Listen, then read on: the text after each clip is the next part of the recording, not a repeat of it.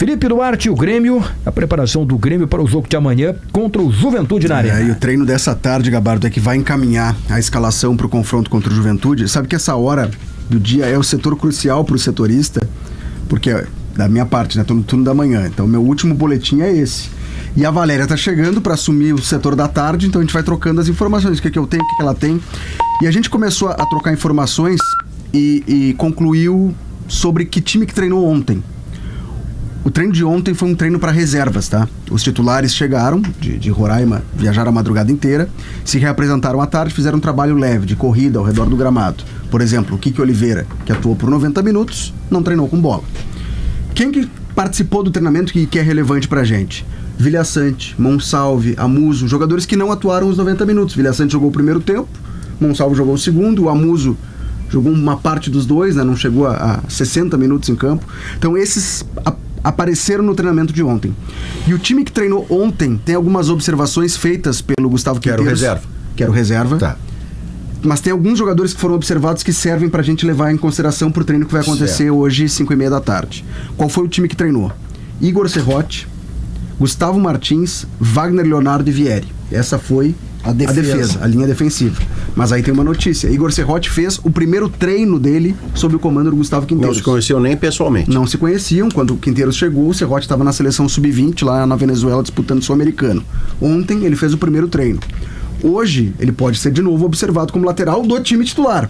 Ontem era time reserva. Meio campo, 3 volantes. Vilhaçante participou de uma parte. Depois o Camilo, que estava no time reserva do reserva, substituiu o Vilhaçante. Dodi e PP, era um trio de volantes. O PP um pouco se desprendendo um pouco mais. O PP na origem no Flamengo era meio armador. Mas aí tem outra informação. O Monsalve não aparecia nessa função.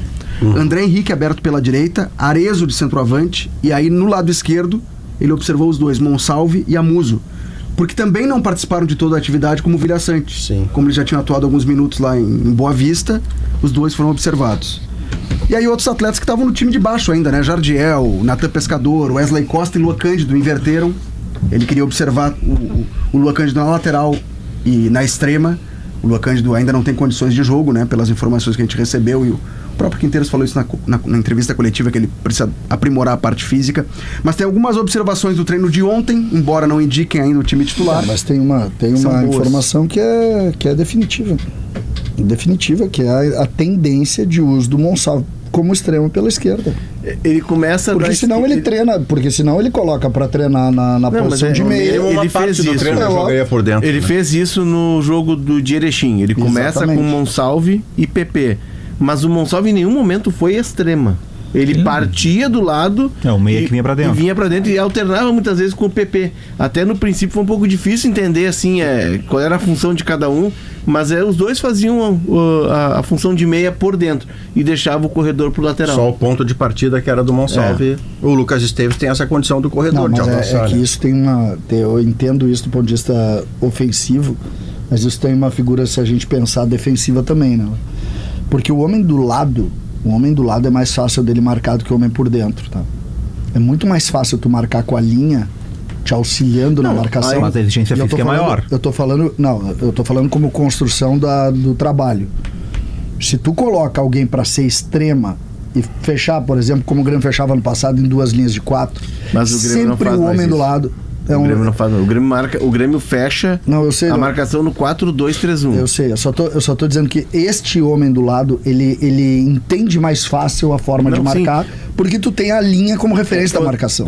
A linha e o lateral. Quando o Grêmio perdeu o César, a gente tava junto no jogo, né? O Grêmio perdeu o João Lucas. Contra o Ipiranga, isso. Contra o Ipiranga, ele faz o 4-4-1. Aí sim, ele fica bem aberto nas extremas. Daí ele vai pela direita. O Monsalve vai pra direita e depois teve no jogo até... Fazendo gol pela esquerda.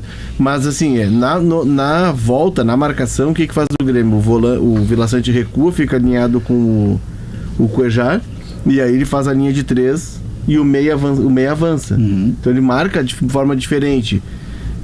Vai ter que voltar mais? Mas como o meia também ele volta para buscar a bola lá atrás. O que eu defendo é que esse tipo de jogador que se desorganiza um pouco do ponto de vista defensivo, quando não tem a bola para compor linha, seja de 3, seja de 4, quanto mais perto da linha lateral, mais fácil dele se adaptar.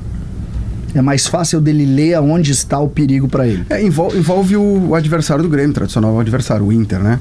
Mas o D'Alessandro, no final da carreira, ele vira um meia pelo lado direito. O D'Alessandro Pé invertido para no cruzar na Inter, área. no Inter com o Tite, o tempo que ele jogou com o Tite, foi pouco tempo até, né? Depois eles tiveram um atrito, enfim, aí o Tite até saiu.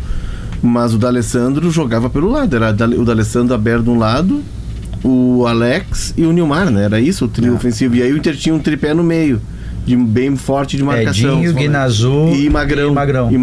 E o Alex, e foi o grande momento da carreira do Alex.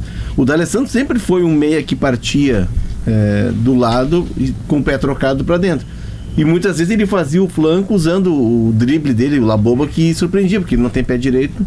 E ele fazia a jogada e abria pro pé direito. Mas voltando a falar do Grêmio, né? Tem duas questões. Aravena e João Pedro estão fora do jogo. Tu acha que o João Pedro tá totalmente fora, segundo as O informações? Gabardo trouxe a informação de que ele ainda vai ser avaliado, que não foi tão grave. Mas acredito, César, que eu não tenho informação para cravar que ele tá fora do jogo. Teve aquele relato, eu me lembro de tu relatando que o tornozelo dele tava muito inchado. Tava, né? E ele tirou na hora, ele tirou meia, tirou chuteiro. Tava tirou assim, tudo. muito inchado. É difícil. O problema maior, a gente falou há pouco, era o seguinte, Felipe. Quando você tem o inchaço e ele não diminui, você não consegue fazer nem a botinha. Pois é. Para poder jogar com a botinha firmando, sentindo moto infiltração. Dá pra dizer assim, se amanhã fosse final ou tivesse que vencer para passar de fase, talvez ele jogasse no sacrifício. Mas bem sacrifício, né? Bem sacrifício. Porque daí tu vai sacrificar um jogador e podendo perder ele pro resto do campeonato. Que o pé diz que foi uma bola de futsal, né? Eu não tava lá, mas... E aí tu tem o Igor Serrote, né? Hoje a gente no Esportes ao Meio-Dia até coloquei no condicional, né? Será que vai o Serrote ou se ele vai improvisar um outro jogador por ali? O Gustavo Martins já fez a lateral direita, o Edenilson já fez também. Mas pela informação do treino de ontem, o Serrote foi observado como lateral. Quer saber se ele aprovou. Mais sensato a fazer, porque eu não conheço o cara. Amigo, ele é lateral direito da Seleção Brasileira Sub-20 que acaba de ser campeã.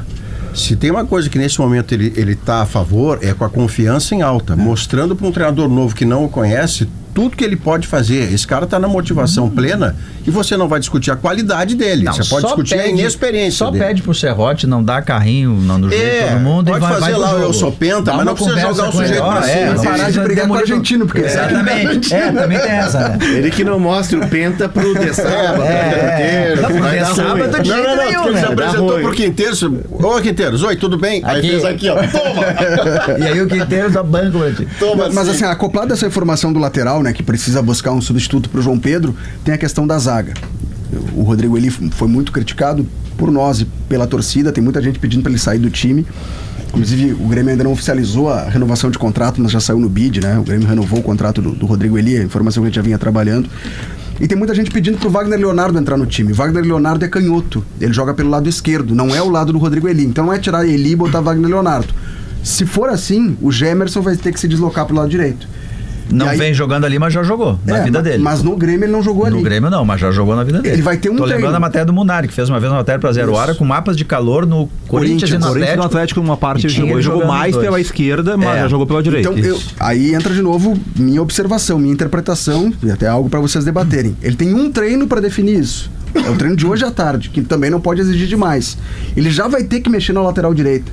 Será que ele vai alterar o posicionamento do Gemerson? É que a favor dessa troca são duas coisas, Felipe, me parece. Primeiro, ele falou numa entrevista pós-jogo, mesmo quando não perguntado, da urgência de zagueiros. Chega o zagueiro e chega canhoto e que constrói mais do que os dois que ele tem. O lateral esquerdo que ele tem hoje jogava com este zagueiro que foi contratado. Então você faz a troca de trazer o Gemerson por outro lado e isso fica turbulento, mas o seu lado esquerdo se conhece do ano passado. Mas olha só, Maurício, a situação do Grêmio, né? Essa transformação do Grêmio. O goleiro, o lateral direito, o Gemerson pelo lado direito é uma novidade, o outro zagueiro é uma novidade, o lateral esquerdo é novo, o primeiro volante é novo. As tuas 6 primeiras posições do time são diferentes, novas e pouco estiveram juntos. Mas 2 desses 6 são um setor inteiro que funciona. Não, tudo bem, mas aí tem os outros você setores. Diminui o risco. Tu tem bola pra marcar, bola aérea pra marcar. Como disse o Felipe, ele tem um treino, ele vai ter que fazer treino de marcação de bola aérea. Quem pega quem marca, quem fecha. Principalmente a saída de bola. Que é o mecanismo que ele mais usa. Mas isso se ele não se convenceu ainda. Gente, se ele deixar o Rodrigo Eli, não é Não, se ele não Eu se não quero convenceu demonizar ainda. o Rodrigo Eli e Não é transformar isso. ele no novo Bressan, não é isso? Não, Mas longe o disso. problema na saída de bola, no modelo Quinteiros, tem sido o Rodrigo Eli. Não, se ele não se convenceu ainda de que não consegue, não é possível, isso não é uma opinião, isso é só lógica. Não é possível armar pelos zagueiros se os zagueiros não sabem armar. Mas isso envolve a uva na potência máxima. Então, ou bem você coloca um zagueiro que é melhor na armação, mesmo que ele seja estreante, ou você vai ter que armar diferente.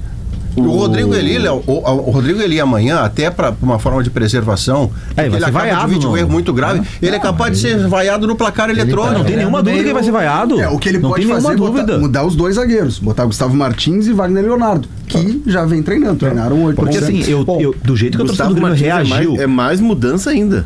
É mais profundo ainda. Mas a gente, É uma defesa completamente nova, Mas do goleiro ao primeiro volante. Mas mudar é São parte de uma 6 zaga peças. que não está funcionando. Mas aí tu vai botar.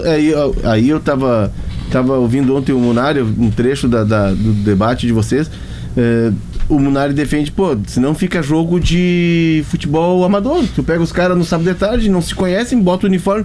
Porque os caras, por mais que sejam profissionais, precisam se conhecer. Mas o eu profissional que concordo. não está funcionando, você tem que Mas trocar. foi amador botar o Kiki Oliveira quando ele chegou? Ah, mas tu tem o Kiki Oliveira, é um jogador, que é uma é um emergência, atacante. Léo. É uma mas emergência. tu tá pegando um jogador. Tá, Eu tô mas é uma citando emergência. 6. Mas é uma 6, emergência. o ideal não é isso. Mas é vai que fazer tirar o o quê? Eli Vamos é lá. tirar um jogador que tá Munari. mal.